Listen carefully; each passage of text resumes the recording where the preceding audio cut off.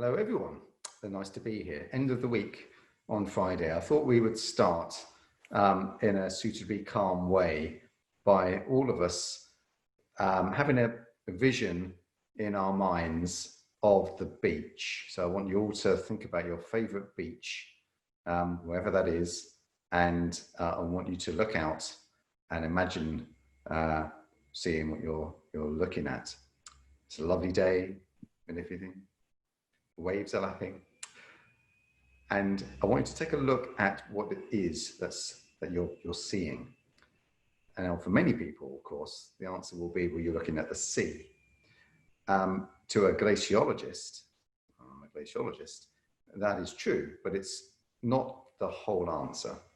In fact, what you're looking at is all of it out to the horizon, and from the surface to 120 meters below the surface, all of that water, all around the world, all of it is melted ice.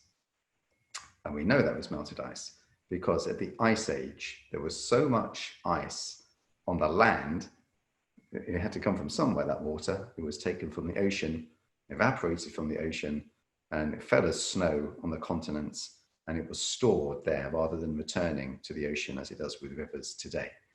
So how do we know that? How do we know about the Ice Age? Well, we owe that to the 19th century naturalists, and there were several of them, who looked at the world around them, the landscapes of North Wales, the Cairngorms, many other parts of northwestern Europe and Scandinavia, and looked at the landscape around them and tried to understand what formed it.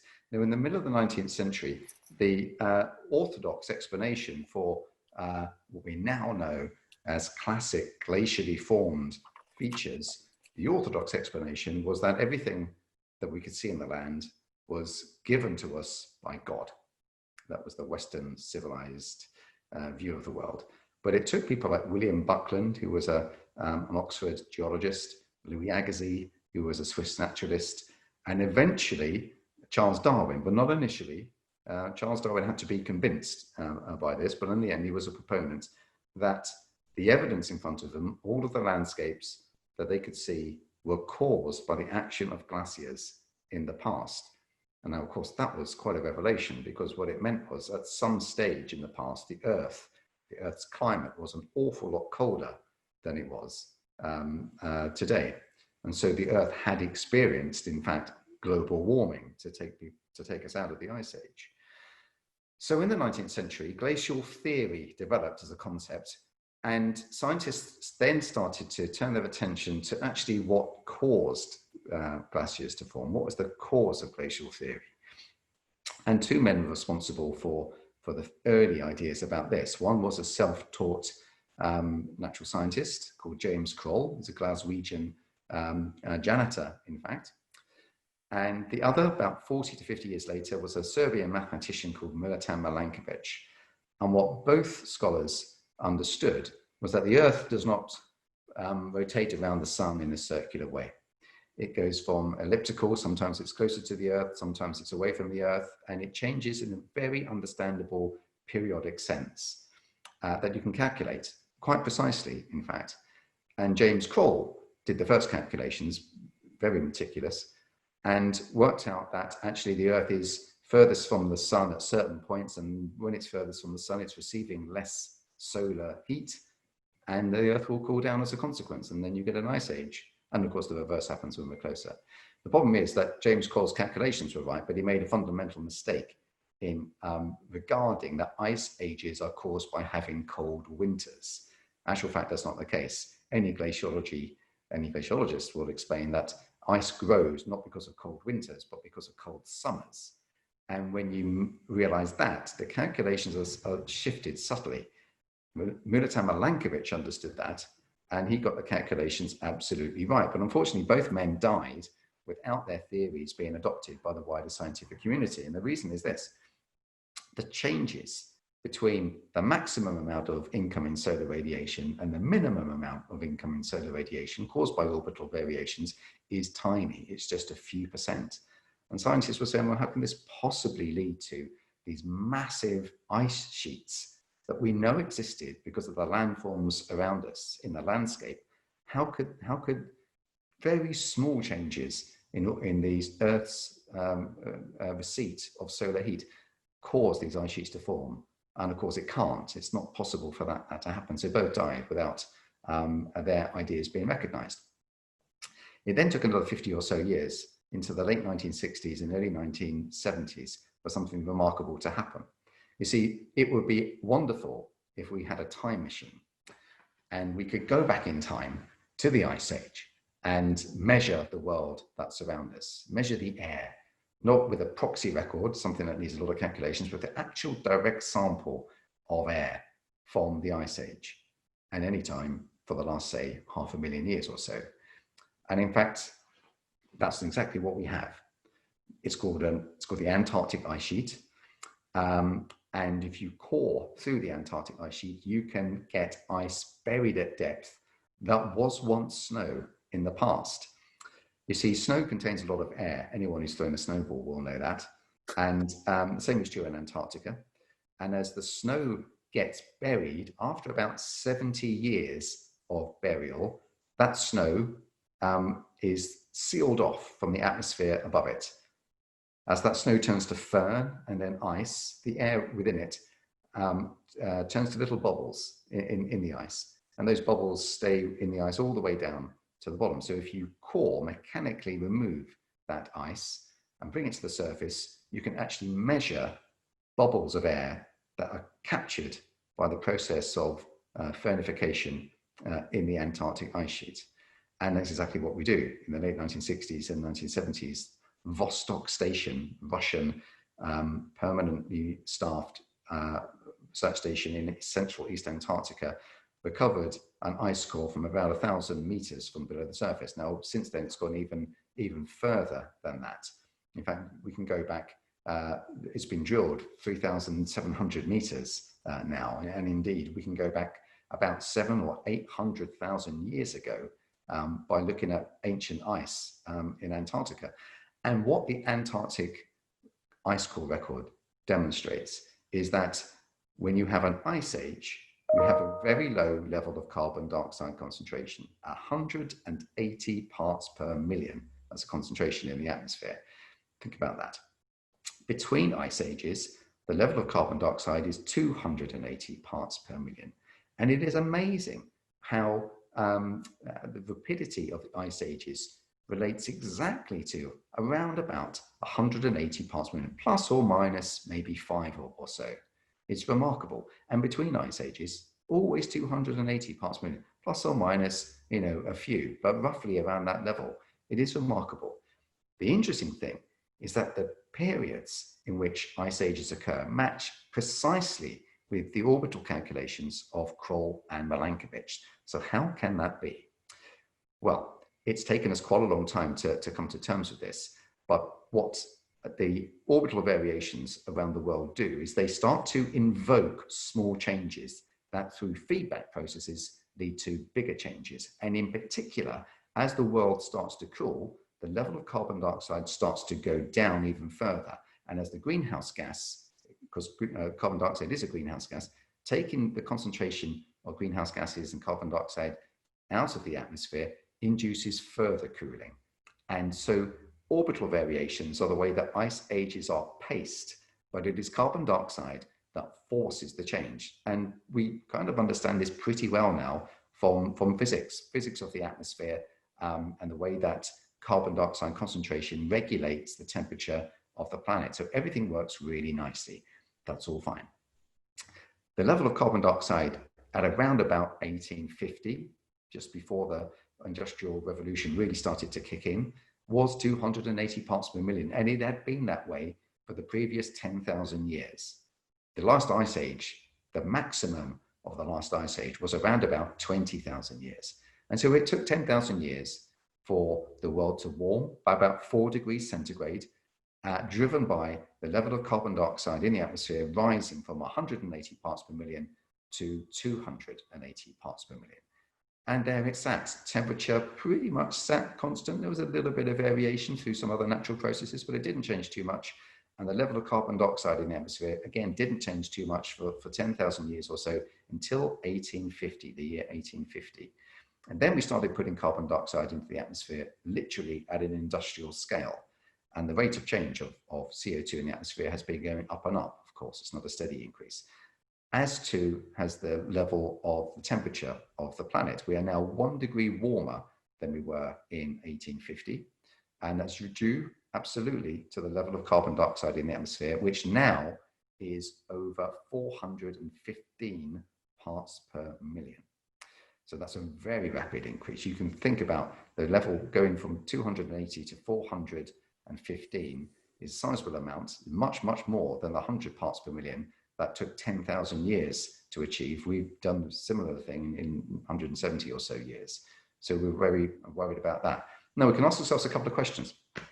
Question number one is, when was the last time the world experienced 415 parts per million carbon dioxide concentration in the atmosphere?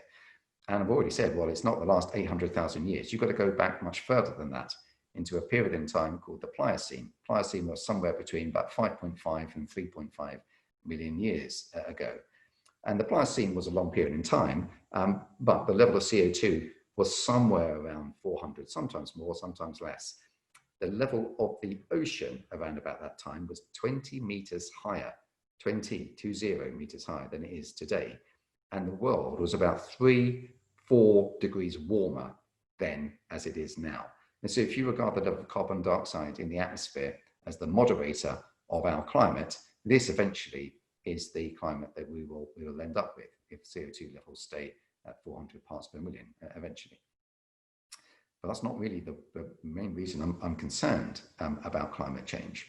The main reason is that the level of CO2 is increasing in the atmosphere right now.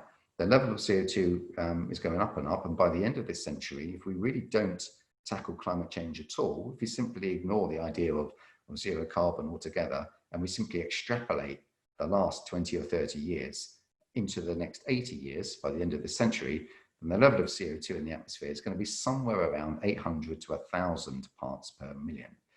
So the second question is this: when was the last time the world experienced 1,000 parts per million carbon dioxide in the atmosphere? And you've got to go back a long way. You've got to go back to about 50 million years ago. And then the world was 13 degrees warmer than it is now, and there was no ice on the planet at all, apart from maybe some small glaciers. And so the level of the sea, the ocean, would be about 65 to 70 meters higher than it is today. So that sounds bad, but it gets worse. And the reason it gets worse is because of the rate of change. There was a period around about 50 million years ago called the Paleocene-Eocene thermal maximum. And that is when the world went from the low hundreds to 1,000 parts per million really rapidly. And it was caused by the outgassing of volcanoes. There was a lot of volcanic activity around the time, quite a lot of tectonics, and a lot of carbon dioxide was pushed into the atmosphere very quickly. From a geological perspective, virtually instantaneous. It took about 20 to 30,000 years for that to happen, geologically, very quickly indeed. We look like we're going to do the same thing within the next 80 years. So the rate of change that humans are causing to this planet is far, far greater, orders of magnitude greater than the Earth has naturally done in the past. And that's the real reason that we're very worried about climate change. It isn't necessarily the end state, though those are worrying enough. It is the rate of change that we're currently responsible for. And if we don't change the way that we live on this planet, the rate of change into the future will be very quick, very fast indeed, which is why this is a problem for all of us. Now, carbon dioxide is not the only greenhouse gas. It's not even the most potent greenhouse gas, but it has a characteristic that is particularly concerning, and that is when it goes into the atmosphere, it hangs around in the atmosphere. If we take CO2 levels to 1,000 parts per million by the end of this century, it will take more than 1,000 years for the CO2 levels to come down to normal processes if we allow nature to do that. And so this is why climate change is caused by humans. And this is why climate change is really our responsibility, not future generations' responsibility, because it will be too late by then. We are the first generation to know that climate change is happening. It is undeniable that we, all of us, are responsible for climate change. And again, that's undeniable, but also that we can do something about it. And it is possible to create a zero carbon world. We have to do that by around about 2050, the middle of this century. And if we do that, we can avoid the most dangerous consequences of climate change. There are some changes that are locked in. There will be some more sea level that happens. We can't really do much about that. And there will be some more global warming that happens, because we can't do much about that either. The CO2 has already been emitted. But we think, physicists think, we can restrict global warming by the end of the century by 0.5 degree centigrade, and sea level change somewhere between 0.5 meter, possibly up to 1 meter. But if we don't work hard at delivering a zero carbon world, then the world that our children and their children and so on will inhabit will be very different to ours. And it will be probably impossible to live on the planet in the way that we currently do. It's not to say that humans can't exist in a very warm world, but the human geography of our planet, the countries, the borders, the ports, the cities, we will not be able to sustain those things in a world that looks anything like the Paleocene-Eocene thermal maximum. I'm going to stop there, hand back to Rod, and be very happy to take any questions that you might have. Thank you. Well, thank you very much, Martin. Perhaps, John, you should open up everybody so they can we can see the people. Are there any? Can you do that, John? I believe people should be able to do it for themselves, but I can certainly. Excellent. I can certainly do that. Let's try with Bill first. Oh no, everyone's coming back, which is great. So what we should end up with is roughly 2 screens, with about 20 people on each screen. And here they are all coming. So I suppose the one thing we learn from a talk like that is the importance of facing up to the reality of the situation and seeking to do what we as individuals can, and through our organizations that we work in or represent, to alleviate and deflect this problem. I wondered, Martin, what you thought about the lessons that you must be learning from trying to, not only studying this change, but trying to lead politicians and others, industrialists, to make the change. How you felt that was working, and whether people might learn from the sudden surprise of the pandemic. I say sudden surprise, we all know that it was flagged up on a number of occasions earlier, but it was a surprise, I think, to most politicians and most of the population. Can we learn anything about the reaction to that, or the reaction to that in terms of changing our ways for climate? There are plenty of things to learn, of course, from the pandemic and from the last few years in relation to where we are with climate change and our ability to mitigate or even adapt to some of the things.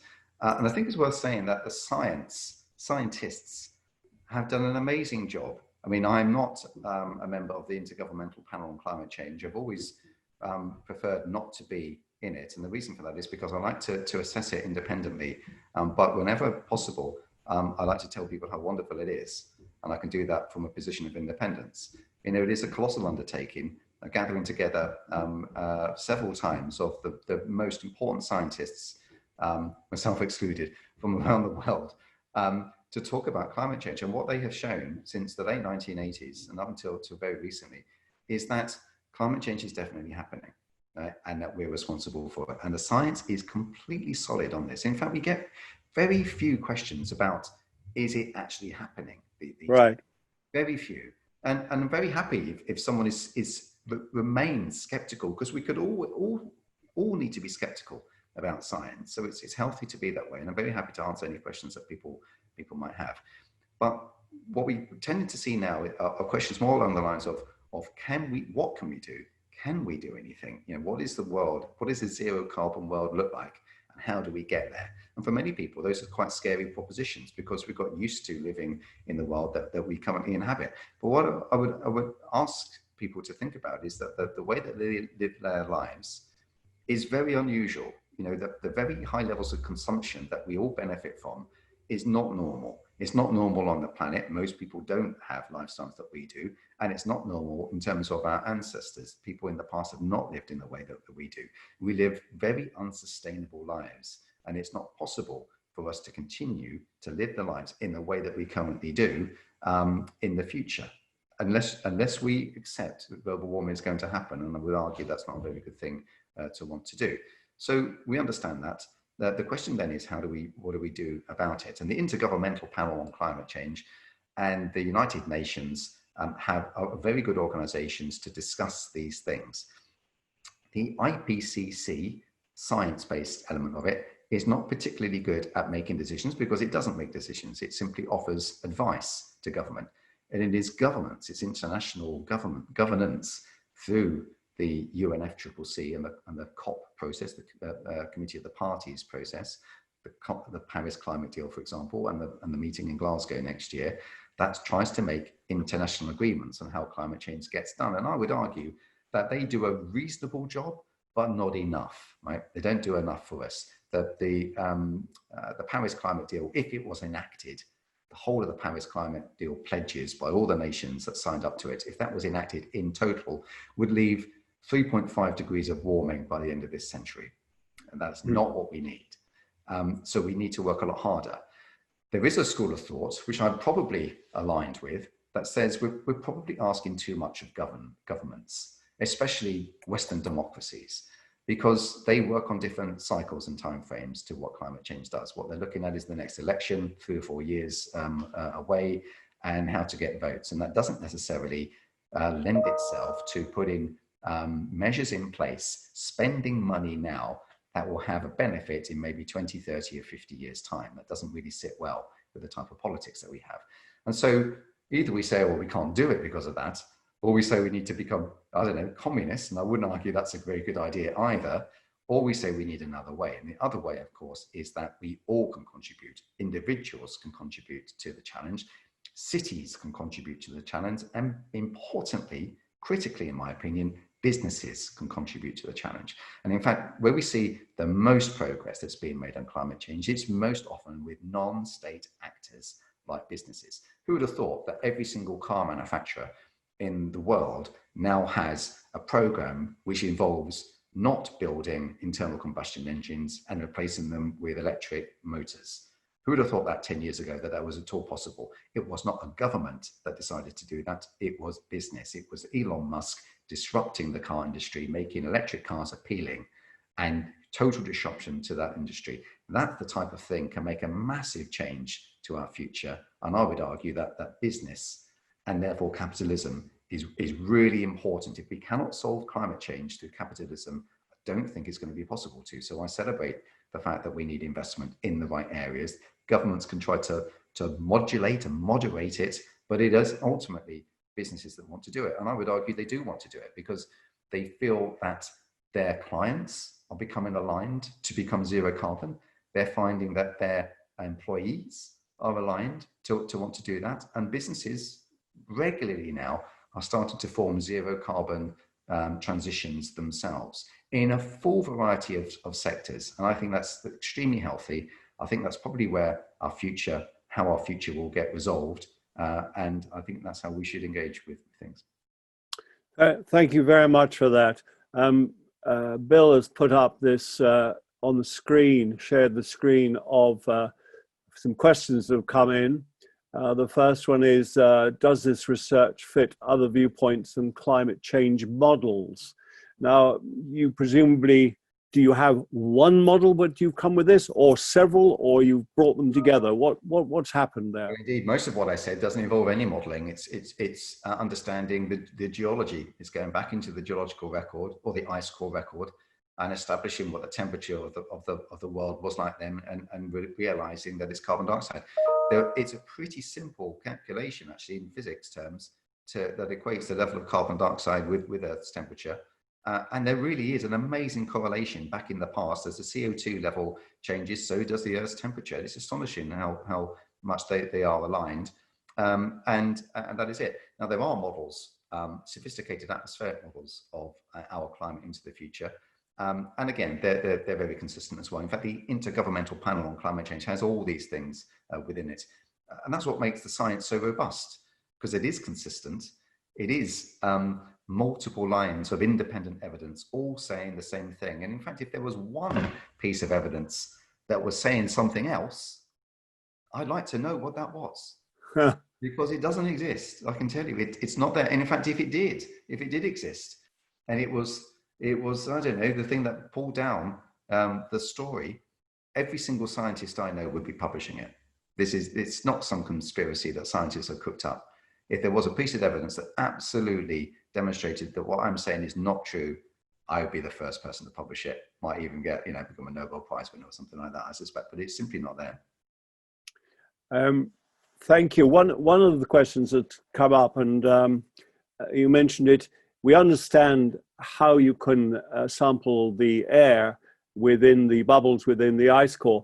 How is the information that you've got on sea levels coming? Is that from the ice core or geology? Well, you can do it a number of ways. So you can do it through the geochemistry, and that simply relates to the isotopes of oxygen. Let me just explain that a little bit. So there are several isotopes of oxygen, but there is oxygen 16 versus oxygen 18. Oxygen 18 is heavier than oxygen 16. So if you have a bucket of water and it's got a certain mix of oxygen 16 and oxygen 18, when it starts to evaporate, because the oxygen 16 is lighter, the air, the moisture, will be enriched in oxygen 16 water, and the bucket will be enriched in oxygen 18 water. And the same is true of the oceans and the ice sheets. As the ice sheets develop, the snow that falls on them has more oxygen 16 than 18, and the oceans become enriched in oxygen 18. So you can look at the isotopic content of the water in the ice and do that. And you can, and if that calculation is not enough, you can do the reverse calculation by looking at sea floor sediments, animals that die that were living in the ocean with a calcium carbonate shell, which has got oxygen in it. That oxygen and the isotopic content of that shell is absorbed by the water around them. Those things then die, lie on the floor, and you can pull them up and take a look at it. The reverse calculation matches exactly as well. So you can understand the volume of ice on our planet through that calculation of the isotopes way back into the past. The ice core record takes us about 800,000 years, but you can go much further back in time with the isotopes from seafloor sediments. So that's one way. But there's another way, and that's to look at coral terraces. So corals living in the mid-latitudes, very nice places. Ice sheets do not grow there. So when an ice sheet grows, they're so heavy that the land sinks. And of course, if you're trying to examine the level of the sea by close to an ice sheet, it will be very difficult to do, because the ice sheet will be pushing the land down, and as the ice sheet comes up, the land will be rising up again. So that's hopeless. You've got to go somewhere where there is no ice. And the best place to do that is somewhere like Barbados. And Barbados has corals within the shallow ocean, and those corals have terraces deep underneath the surface. Those terraces in the corals were once beaches. That's where the sea level once was. And it goes down 120 or so meters. And so you can either also date them using various radiocarbon and radio isotope techniques, and get a very good handle of what the sea level was like and the rate of change of sea levels from 20,000 years to the present day. So we've got a very good handle on measuring the ice age. The ice age was only 20,000 years ago. After all, it's not even geological time. It's very recent. And so we've got a very good understanding of these things. Well, I realize now that instead of surveying mountains in the Antarctic, I should have become a glaciologist and gone to Barbados. I've often thought that, indeed.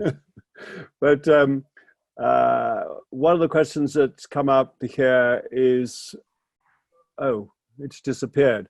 It was how do you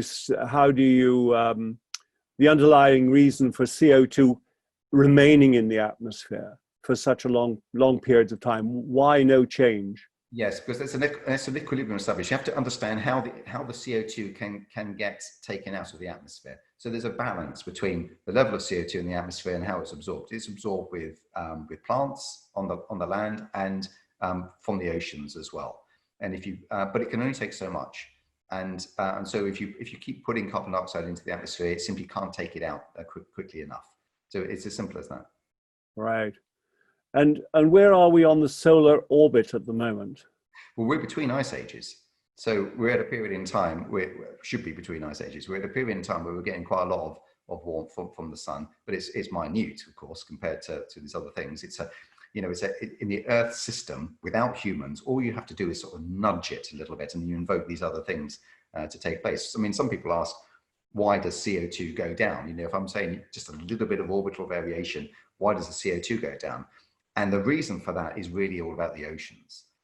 The oceans are amazing stores of carbon, but they have this situation that if you cool the ocean, if you start to cool it, then the water at the surface of the ocean, if you start to cool the surface waters, it starts to sink.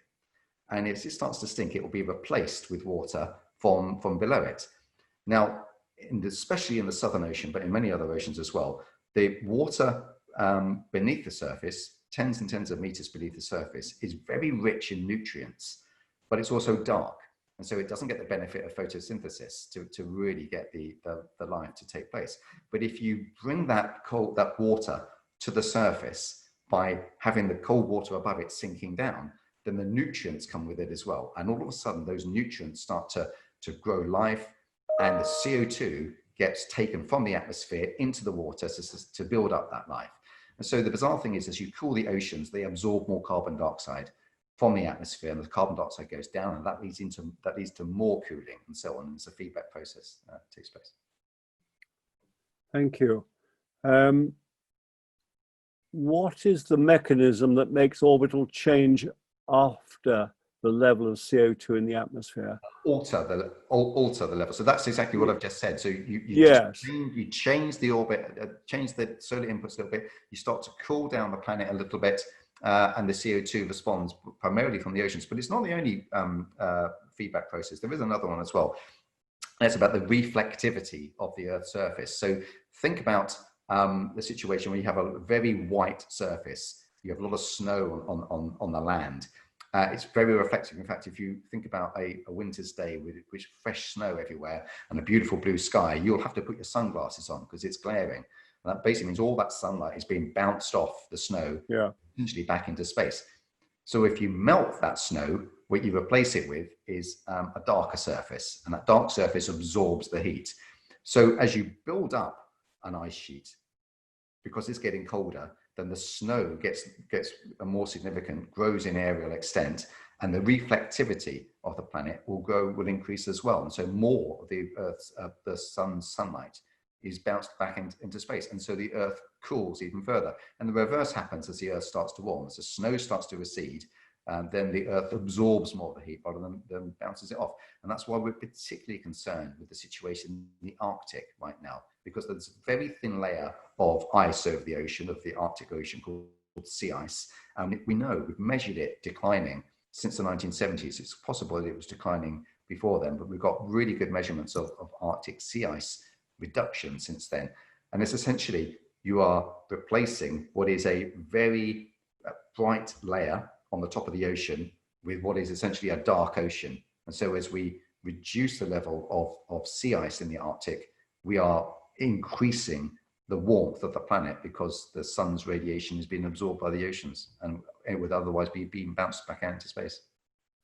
So the mentions in the next questions about a runaway effect could well happen. Well, that's exactly what feedbacks do. And there are people in the scientific community who think about thresholds and tipping points. Are we going past a point of no return? I'm not a big fan of thinking about it in those terms. I'd much rather think about the processes that are taking place. But I do get the point that things can start to accelerate and the processes can feed off each other. Essentially, on the planet at the moment, we have the planet is trying to cool itself. We have snow that's trying to bounce the sun's radiation back out into space. We've got the oceans that are taking carbon dioxide as best they can out of the atmosphere. About half of what we emit gets absorbed by the oceans, by the way. But that can't go on forever, because as we're absorbing more carbon dioxide in the ocean, we're forming carbonic acid and we're having ocean acidification. So it's not a good sign. But at the moment, the Earth is trying to cool itself down, the natural processes. But there is a concern that can only go on for so long. And as the sea ice starts to shrink, as the oceans can't absorb any more carbon dioxide because they're saturated with carbon dioxide, then you get the reverse situation. The Earth stops cooling itself and it starts heating itself. And then you get runaway type of processes taking place.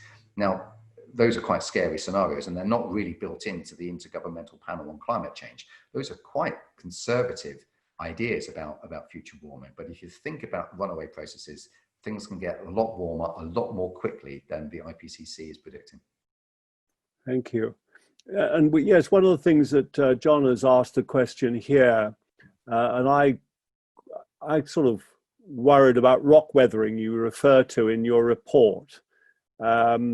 You probably can read this question. The implication of the paper was that 410 parts per million of CO2 would lead to a temperature increase of 4 degrees, but only when rock weathering had reduced the impact. What's happening with rock weathering? So yes, so the situation is, if you think about a sort of chemistry experiment, calcium carbonate or something like that, and you think about how that material can absorb carbon dioxide, actually it can do. Especially with the action of glaciers. Glaciers are quite good because they really grind up the rocks into rock flour, and that can help it. There's the other thing that glaciers and ice sheets can do is to take the nutrients within the rock, and maybe a lot of iron, and it can push it out into the ocean. There is a score that says ice sheets are responsible for fertilizing the oceans, essentially with iron, to cause more life. So the impact of the weathering of rocks and the input of that material into the oceans is something that we're only really just starting to realize has been an important process. Oh, so yes, when I was in South Georgia back in 2015, I took a party down there, and you go to one of the glaciers, and suddenly there's birds and fish just at the edge of the glacier going into the sea. And they said, oh, well, it's the nutrients coming up. I didn't understand how these nutrients were created. So you've answered a question I've had in the back of my mind for some time. Indeed, actually, all you have to do is to know this sort of thing goes on. If you think about going to the Alps and think about the rivers that run through the little alpine villages, they're not lovely, clear water. They're milky. Yeah, and that's because they've got very fine, so fine to the level of sort of talc fineness of rock, and that's simply by the grinding process of the glaciers. And all that water, in ice ages, ends up in the ocean eventually. And in fact, with the big ice sheets of Greenland and Antarctica, they're inputting water into the oceans directly. And that's what fish and crustacea feed on. Indeed. The plankton. Well, absolutely. Well, the iron can fertilize algae and plankton, and that's the top of the food chain, and then it can start to influence all the rest of it. Yeah. Well, thank you very much. Perhaps we should bring everybody up on the screen to thank Martin for this presentation. Are you able to do that, John? Yes. If Bill can stop sharing his screen. Great there stuff. We go. The other thing Bill mentioned in chat was if people wanted to ask questions, Rod, they could put their hand up, and yes, I've allowed people to unmute themselves. And I see Peter was first off the mark with a question. So if he... Peter. I've unmuted. Good gracious me. Oh, Peter. Very, very interesting. Thank you very much. Love your background, by the way. Oh yes, California. Yeah, it's okay. It's not Mount Saint Helena. Yeah, the America is really the big bad wolf in this. But the UK, I think, seems to be doing as much as it can with so much wind in this island, which hasn't stopped blowing since the turn of this year, I'm convinced. We seem to be doing pretty well with windmills and a bit of solar and a bit of storage here and there. But you talk to Americans about this who have got 4% of the population of the world and 25% of the country of oil or CO2 producing stuff, and They don't even acknowledge, no acknowledgement amongst my American friends that this is a problem. They will dismiss it in a sentence. So unless that is cured, we're really fighting a bit of a lost battle here. How do we get attention? How do we get attention? And certainly Trump is never going to admit to a total denier of the whole problem. So I think many of us are convinced. We're also probably convinced that we're not going to do it without CO2 extraction, i.e. the chance of getting to zero carbon in 2050 is probably a bit of a long stretch for technology and costs. So we've got to develop this CO2 extraction technology and storage. Do you believe it to be a practical technology that has got legs on it? Yeah, not yet, because it's too expensive. We know we can do it, but it has a cost to it. A carbon capture plant, for example, next to an oil or gas-fired power station will require the equivalent of like a third of a power plant next to it just to produce the energy that it needs. And so the electricity that's generated from that is just uneconomic compared to renewable energies. So I don't necessarily think that's right, but there are ways in which the efficiencies can be increased and the costs can be pulled down. So that might be worth thinking about. And I know there was an announcement today, 100 million that's going into direct air capture and the carbon dioxide removal. And again, this is a technology that isn't available now, but it could be. Actually, we know how to do it, but to do it at the scale and at the cost that's needed, it's not quite there yet. I would make a defense of America and American colleagues briefly, though, if that's okay, because I completely agree that it's not in a good place right now politically, and that if President Trump wins again, then they will be coming out of the Paris climate deal. But if he doesn't win again, then the situation is very different, and we know that Joe Biden will keep America within the UNFCCC process. But the important thing, I think, to recognize with America is that, firstly, there are some amazing scientists, and we know we owe a lot about all the things that I mentioned, in fact, to American science have been a major contributor to our knowledge, the first thing. The second thing is non-state actors are, again, really important in America, and that is cities like Chicago and New York, which have zero carbon plans. Even Houston, oil capital of the world, you might argue, has a zero carbon plan itself, and states like California, which is 20% of the entire US economy, has a zero carbon plan. And so in fact, it kind of is irrelevant in one sense what Donald Trump or even the president thinks, because there are so many powerful non-state actors that can start trading with each other, and they have such a large amount of the economy in the United States and are properly aligned with the Paris climate deal and other things, that I think there is a lot of hope. The other thing I would mention is again, it's business. And it's not surprising that Elon Musk is an American, seeing an opportunity, a business opportunity, which links technological advancement with zero carbon and has completely disrupted the car industry globally. Now, that could not have happened. That would not have happened from a state actor, but it did happen from an investor and investment. And I think that's the way forward. So America's got a lot to contribute to this. I wish they had a president that was properly aligned with it. I hope they will have in a few months' time. But even if they don't, there are other reasons to be still quite confident that America can contribute to this in the way we hope it will do. Very diplomatic, if I may say so. Very much. Thank you very much for diplomacy. Are there any other urgent questions? No waves. Well, I mean, perhaps we should. Oh, there's one. Vincent, yes. I can't hear you. Can you unmute? Top right. Right-hand click on your. Yeah, there we go. Sorry, I thought I was unmuted. I wonder, talking about America, put me onto this. Coal seems to be a major component. We've got Germany still burning brown coal and not scheduling to get rid of it until late 30s. China still building coal power stations. India with a lot of coal reserves and burning coal. How significant is coal in the world? Yeah, it is significant, really significant. And I'll say a couple of things about it as well, because I think its significance will diminish as we, in the years ahead, and for a couple of reasons. Firstly, if you were an investor, you would not be putting your money into coal mining. The value of shares in coal mining has gone down and down. And in the United States, they're kind of junk these days. You would not be doing it. There are much, much better things to be putting investment in, and zero carbon technologies, of course, are the way forward, and a lot of things will be driven by that. But of course, that doesn't necessarily solve the problem that, you know, the world needs a lot of energy, and if we can't get it from other sources, then there has to be a replacement.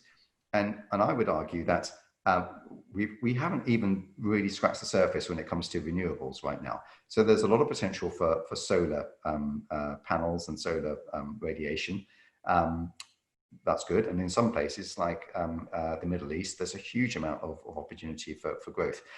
But an amazing and as yet untapped resource is in wind power, but not in the North Sea. The North Sea is pretty windy, but you have to rely on weather in the North Sea to get your power. And there are some times where it doesn't blow so much in the North Sea. I mean, it does most of the time, but not all the time. A much, much better thing to do would be to deploy wind farms, very large floating offshore wind farms in the trade winds, because it's always windy. You're not tapping into weather in the trade winds, it's the rotation of the earth. And a vision of the future is one which has very large floating wind platforms of the order of the size of something like the Shard. And we know we're building the technology that can do that, with massive, very high voltage interconnectors taking electricity across large distances into places like China and in India, so that they can have an endless supply of renewable, clean, zero carbon wind powered energy in a way that they don't need to build coal-fired power stations that frankly are not only bad for the planet, but they're bad for the humans living in the cities next to the coal-fired power stations. So the Indians and Chinese people are not idiots. They know that air pollution is a serious problem, but an alternative needs to be found. And I personally think that renewables are the way forward, and we're building the technologies that I reckon in the next 10 and 20 years will make a huge difference. Thank you. Yes, a question has just come up saying South Africans would claim Elon Musk is one of their own. What's the latest on Australian coal supply to China? Any sign of it reducing under Scott Morrison's government? Well, I don't know what the politics are with China and Australia at the moment. I think they're quite tense right now. Yes, I think we watch this space is the answer to that. Are there any other questions that I can see? Well, I think we ought to give a round of applause to Martin. I don't know how many people are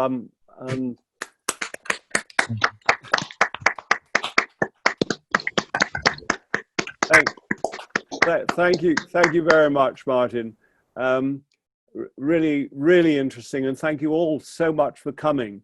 Just as a reminder, on the 17th of July, we've got Dr. Pantelis Giorgio, who's leading the Lacewing project into developing rapid diagnostic microchip technology. This is, he was talking to us earlier this afternoon and talking about getting a response on your iPhone in less than 10 minutes after testing of things like dengue fever, and also he's applying it to COVID-19.